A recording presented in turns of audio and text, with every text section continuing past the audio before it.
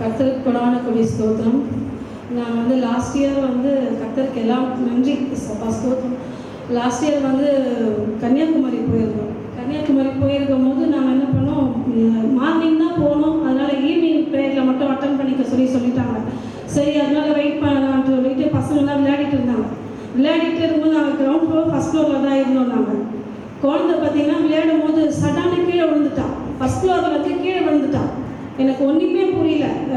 என்ன ரொம்ப பதட்டமாகிட்டேன். எனக்கு இந்த பக்கம் பார்த்தீங்கன்னா பால்கனி, அந்த பக்கம் பார்த்தீங்கன்னா ஓடு. ரெண்டு பக்கத்தில் ஏதாவது ஒரு பக்கம் தலை அடிபட்டுச்சுன்னா குழந்தைய நான் உயிரோட நான் பார்த்துருக்க மாட்டேன். ஆனால் எனக்கு அவ்வளோ பெரிய நன்மையை செஞ்சார். அது நம்ம அந்த ஈவினிங் அந்த குழந்தைய கூட்டிகிட்டு நான் ப்ரேயருக்கு போகும்போது அப்படியே என்கிட்ட பேசுகிறேன். நான் அந்த ஜீவனை பிள்ளைய மட்டும் நான் காப்பாற்றலாமா, உன்னையும் கூட நான் சேர்த்து காப்பாற்றல. இடம் புரியாத இடத்துல நான் வந்து என் குழந்தைய வச்சு நான் என்ன பண்ணியிருப்பேன். அவ்வளோதான், என்னால் ஒன்றுமே முடியல, சொல்கிறதுக்கு வார்த்தையே இல்லை. என் தேவன் வந்து எனக்கு அப்படியாப்பட்ட அதிசயத்தை செஞ்சார். என் பிள்ளைய மீட்டு கொடுத்தாரு. என் கொடான கொடி நன்றி சப்பா.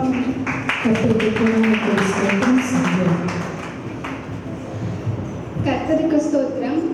நான் வந்து லாஸ்ட் இயர் இந்த டைம்லலாம் ஹாஸ்பிட்டலில் அட்மிட் ஆகிருந்தேன். ரொம்ப உடம்பு முடியாமல் மெலிஞ்சி சரியாக சாப்பாடு இல்லாமல் ரொம்ப படுக்க அந்த மாதிரி தான் இருந்தேன்.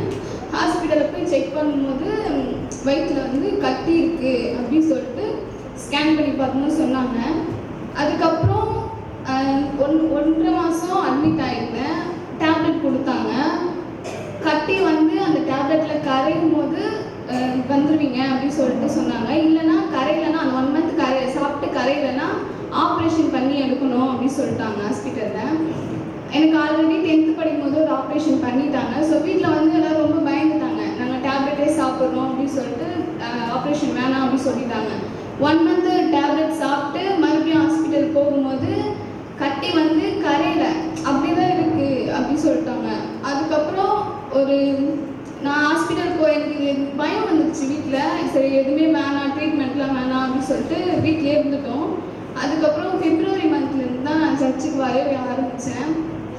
எனக்காக மைனாப்பூர் சர்ச்சில் இருக்கேன் எல்லாருமே எனக்காக ப்ரே பண்ணாங்க. வீட்டுக்கு வந்து ஜெபம் பண்ணாங்க. தினமும் அழுது கர்த்தர்கிட்ட வேண்டினேன்.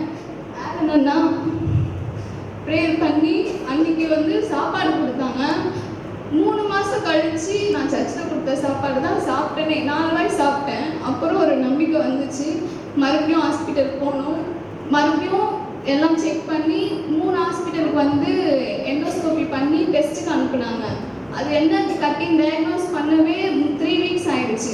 அதுக்கப்புறமும் 1 மந்த் ஹாஸ்பிட்டல் அட்மிட் ஆகி கட்டி வந்து கொழுப்பு கட்டி இருக்குது அப்படின்னு சொல்லிட்டு அதுக்கு 6 மாதம் டேப்லெட் கொடுத்தாங்க. இப்போ போட்டுட்ருக்கேன். 5 மந்த்ஸ் ஆகிடுச்சு. இப்போ நான் இருக்கிறது வந்து ரொம்ப பெரிய விஷயம். எனக்கு ரொம்ப உடம்பு மெலிஞ்சு ஒரு தன்னம்பிக்கையே இல்லை, நம்ம வர மாட்டோம் அப்படி தான் நினச்சிருந்தேன். இப்போ நம்பிட்டு வந்திருக்கேன். கர்த்தருக்கு ரொம்ப நன்றி. எல்லாருக்கும் நன்றி.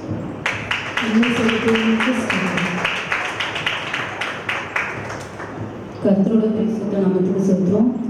எனக்கு பேர் நந்தினி, ஹஸ்பண்ட் பேர் வந்து ஆனந்த பாபு. எங்களுக்கு வந்து 2021 மேரேஜ் ஆச்சு.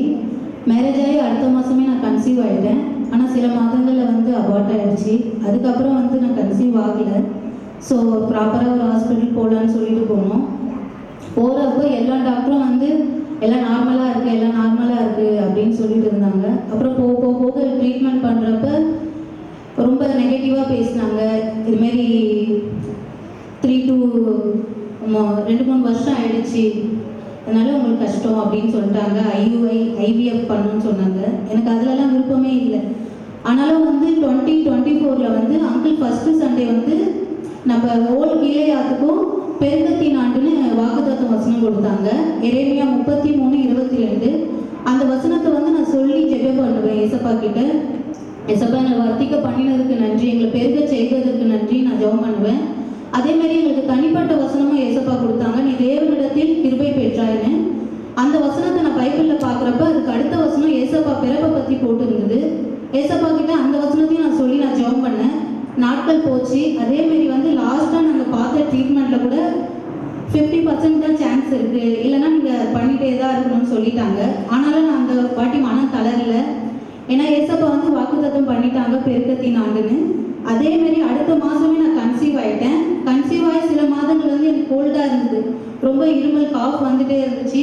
ஆனால் சொன்னாங்க ரொம்ப இரும்பக்கூடாது, இருமுனா பாப்பா வந்து கலைஞ்சிரும்னு சொன்னாங்க. ஏசப்பா அந்த சூழ்நிலையில என்னை காப்பாற்றினாங்க. ஆரம்பம் முதல் முடிவு வரை தேவன் வந்து பிள்ளையை அற்புதமாக நடத்தினாங்க, என்னையும் அற்புதமாக நடத்தினாங்க, பலப்படுத்தினாங்க. அதேமாரி எங்களுக்காக அநேகர் பாஸ்டர்ஸ், சபை விசுவாசிகள், இன்னும் தேவ பிள்ளைகள் அநேகர் எங்களுக்காக ஜெபம் பண்ணீங்க.